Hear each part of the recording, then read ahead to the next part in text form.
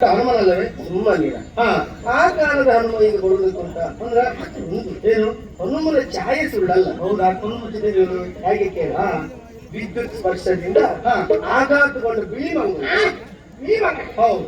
ಯಾರಿಗೋ ಮನೆ ತೋಟಕ್ಕೆ ಹೋಯ್ತು, ಸಿಡಿಮದ್ದನ್ನ ಸಿಡಿಸಿದ್ರು, ಹಾರುವ ಬರದಲ್ಲಿ ಮರದ ಮೇಲೆ ಹಾರ್ಬೇಕಾ ಬೇಡವಾ?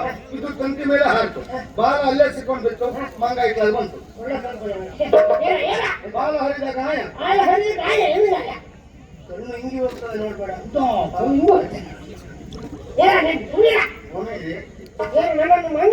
ಅಂತ ನಾನು ಹೇಳುದಿಲ್ಲ. ನಿಜವಾಗಿ ಕ್ರಮ ಹಾಗೆ, ಆದ್ರೆ ಮಾನವನೇ ಮಂಗನಾದಲ್ಲ ಅಂತ ನನ್ನ ಮಂಗ ಅಂತ ಹೇಳುವುದಿಲ್ಲ ಅಂತ. ಏನ್ ಮಾಡ್ತಾರೆ? ಏನ್ ಮಾಡ್ಲಿಕ್ಕಿಲ್ಲ.